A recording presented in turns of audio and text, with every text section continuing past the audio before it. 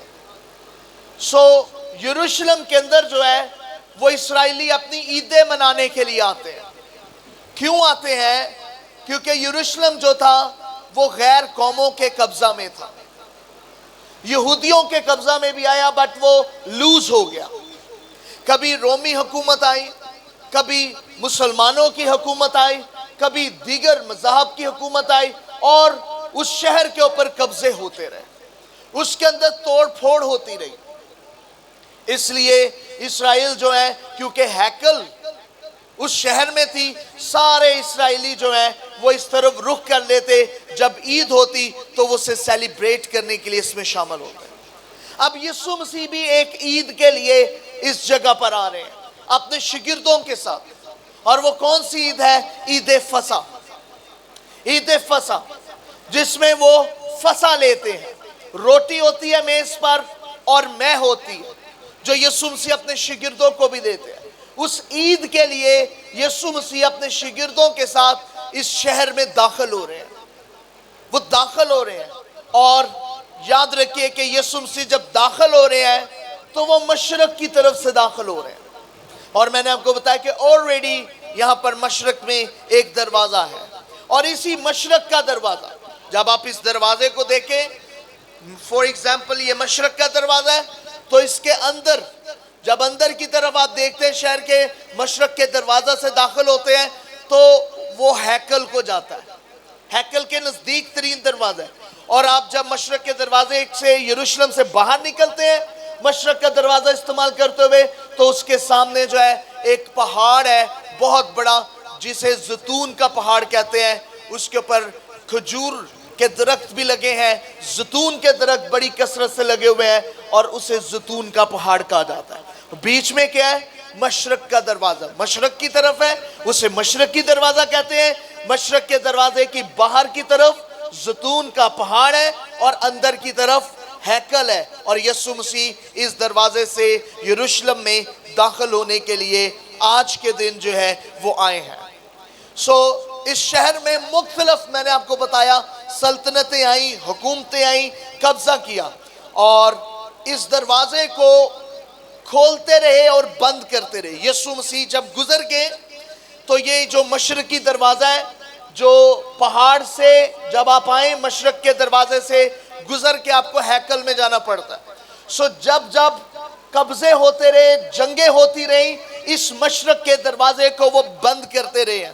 سب سے پہلے 810 میں مسلمانوں کے جنگی رتھوں نے جنگ کی، قبضہ کیا، اور 810 میں یسوع مسیح کے اس دنیا سے جانے کے بعد 810 سالوں کے بعد مسلمانوں نے اس جگہ پر قبضہ کر کے اس مشرقی دروازے کو بند کر دیا، سیلڈ کر دیا، اور وہ پھر دروازہ نہیں کھلا۔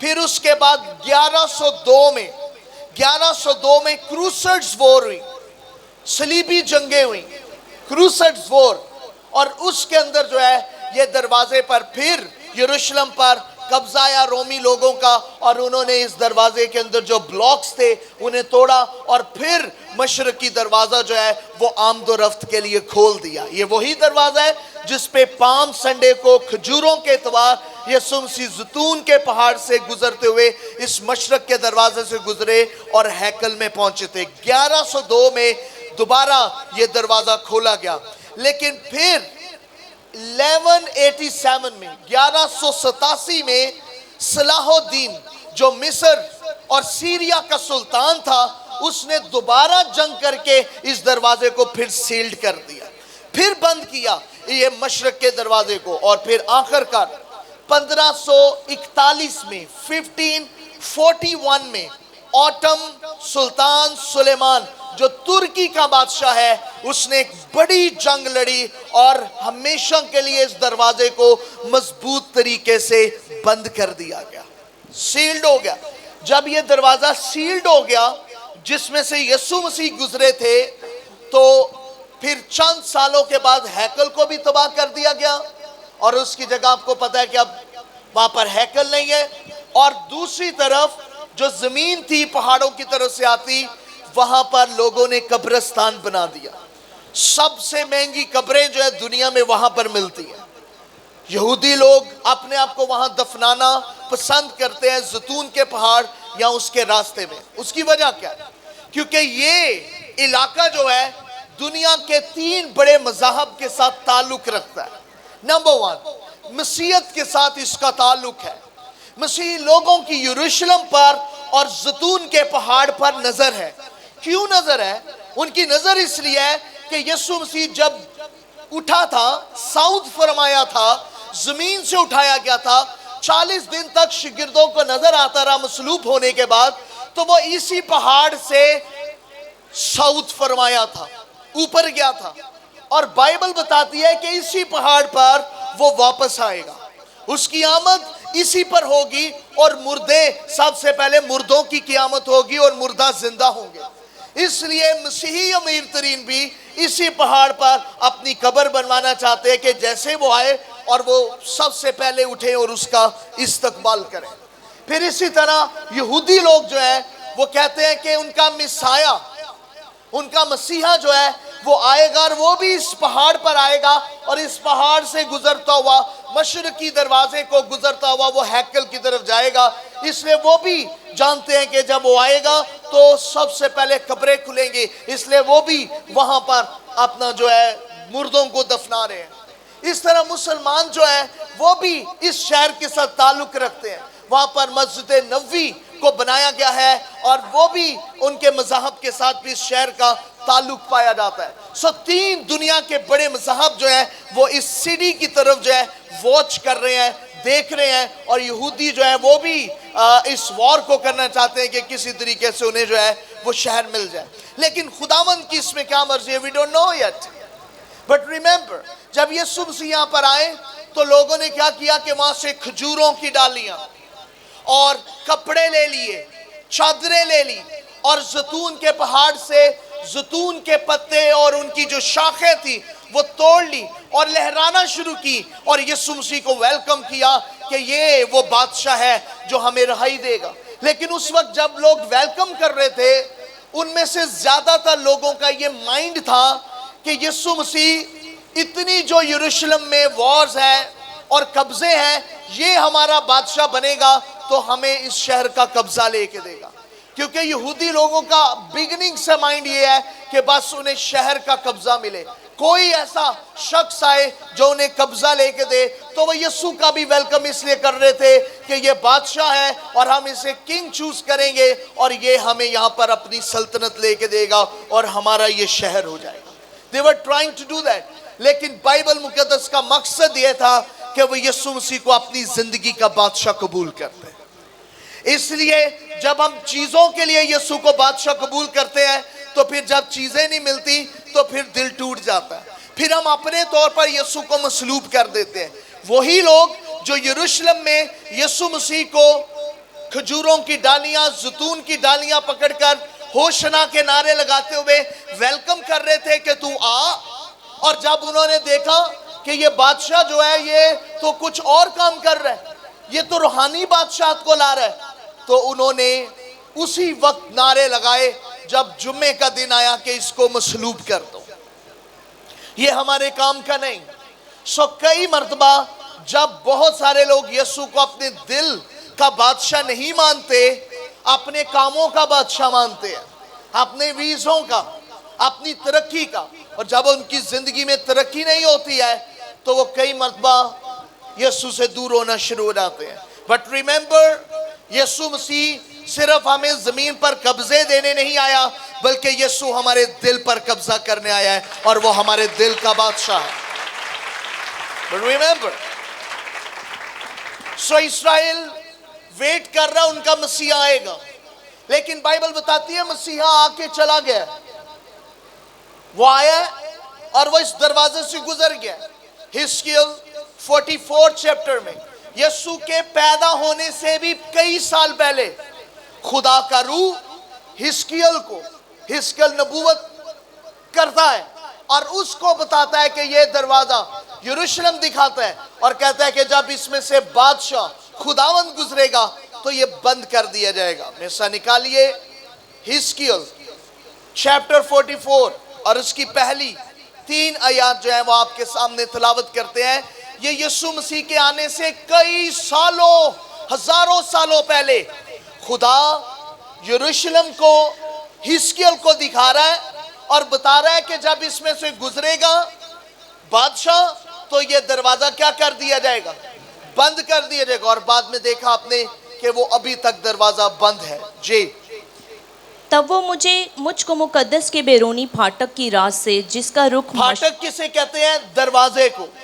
ہزقیل کہہ رہے ہیں کہ خدا کا روح مجھے یروشلم کے مشرقی پھاٹک یعنی دروازے کی طرف لے کے گیا جس کا رخ مشرق کی طرف ہے. جس کا رخ کس کی طرف ہے؟ مشرق ایسٹ کی طرف ہے. واپس لایا اور وہ بند تھا. وہ دروازہ کیا تھا؟ یہ رویا میں خدا ہزقیل کو کئی سال پہلے بتا رہا ہے کہ وہ پھاٹک بند ہے جو کہ اب ہم دیکھ سکتے ہیں وہ یروشلم میں ابھی بھی بند ہے جبکہ پہلے کھلا ہوا تھا. پھر اور خداوند نے مجھے فرمایا کہ یہ پھاٹک بند رہے گا. یہ پھاٹک کیا رہے گا؟ بند رہے گا. کیوں بند رہے گا؟ خداوند بتاتا ہے اور کھولا نہ جائے گا. کھولا نہ جائے گا. اور اسرائیل ویٹ کر رہا ہے کہ یہ اوپن ہوگا. بٹ ریممبر خداوند کہہ رہا ہے یہ بند رہے گا اور کھولا نہیں جائے گا. اور کوئی انسان اس سے داخل نہ ہوگا. کیونکہ کوئی انسان اس سے داخل نہیں ہوگا. کون داخل نہیں ہوگا؟ انسان. کیوں انسان داخل نہیں ہوگا؟ کیونکہ خداوند اسرائیل کا خدا اس سے داخل ہوا ہے. کیونکہ خداوند اسرائیل کا خدا اس سے کیا ہوا ہے؟ آئیں زوردار تالیاں بجائیں. خداوند یسوع اس میں سے داخل ہوا ہے. یہ مشرق کا دروازہ خداوند یسوع کے لیے ہے اور وہ اس سے داخل ہو کر آج کے دن ہیکل میں گیا ہے. اور خداوند نے کئی سو ہزاروں سال پہلے ہزقیل کو کہا کہ یہ دروازہ بند رہے گا اور کھولا نہ جائے گا. کوئی انسان اس میں سے نہیں گزرے گا. اور آپ کو پتا ہے اس دروازے سے کون گزرتے تھے؟ کاہن. سردار کاہن ہیکل سے اس میں سے شہر سے باہر آتے تھے. لیکن نہ صرف دروازہ بند ہے آگے قبریں بھی بن گئی ہیں اور قبرستان سے کاہن نہیں گزرتے تھے. سردار کاہن نہیں جاتے تھے کیونکہ وہ کہتے تھے لاشیں مردہ ناپاک ہے اور ہمارے کپڑے بھی نہ ہونے لگ جائے ہم ناپاک ہو جائیں گے. اور اب وہ بالکل بھی یہاں سے گزر نہیں سکتے کیونکہ سردار کاہن اپنے آپ کو سمجھتے تھے کہ ہم پاک ہیں ہم اس دروازے کو استعمال کر سکتے ہیں. لیکن وہ دروازہ سیلڈ ہو کے اس کے سامنے قبرستان بن گئے کیونکہ ایک ہی بڑا سردار کاہن خداوند یسوع ہے جو گزرا ہے وہاں سے. آمین آمین. پھر اس لیے یہ بند رہے گا مگر فرمان روا اس لیے کہ فرمان روا ہے خداوند کے حضور روٹی کھانے کو اس میں بیٹھے گا. وہ اس پھاٹک کے آستانہ کی راہ سے اندر آئے گا. Do you see that? یسوع مسیح روٹی کھانے کے لیے کراس آؤٹ ہوا ہے یہاں سے گزرا ہے اور عید فصح کے لیے گزرا ہے. پھر اندر آئے گا اور اسی راہ سے باہر جائے گا.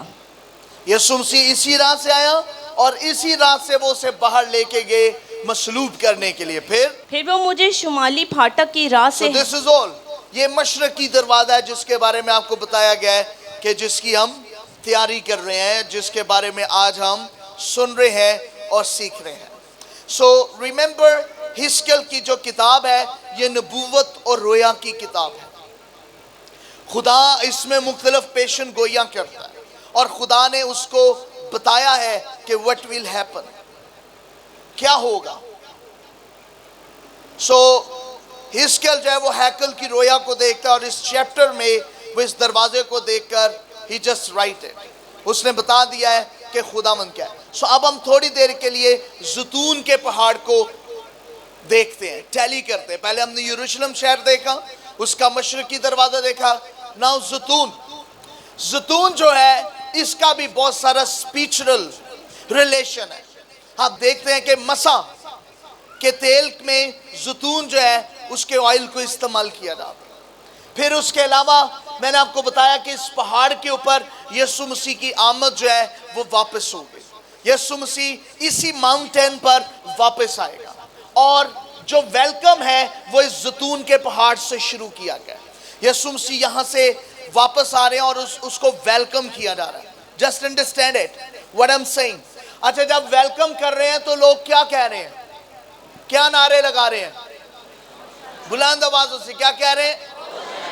ہوشنا. یہ عبرانی لفظ ہے. ہوشنا کا مطلب ہمیں بچا، نجات دے. لیکن ہوشنا کے ساتھ وہ ایک اور جملہ کہہ رہے ہیں، مبارک ہے وہ جو، مبارک ہے وہ جو. دراصل انہوں نے یسوع کو آتے ہوئے دیکھ کر 118 زبور پڑھنا شروع کر دیا. کون سا زبور پڑھنا شروع کر دیا؟ کیونکہ جب وہ ڈالیاں اور زیتون کی شاخیں اٹھاتے تھے تو میں آپ کو بتاؤں گا وہ کب اٹھاتے تھے، لیکن اس وقت وہ 118 زبور پڑھ رہے ہیں. نکالیں، آج ہم بھی زبور پڑھتے ہیں. 118 زبور کیا لکھا ہے؟ خداوند کا شکر کرو کیونکہ وہ بھلا ہے. واپس سب لوگ یہ زبور پڑھنا شروع ہو گئے ہیں.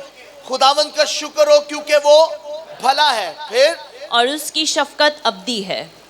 اسرائیل اب کہے اس کی شفقت ابدی ہے. ہارون کا گھرانہ اب کہے اس کی شفقت ابدی ہے.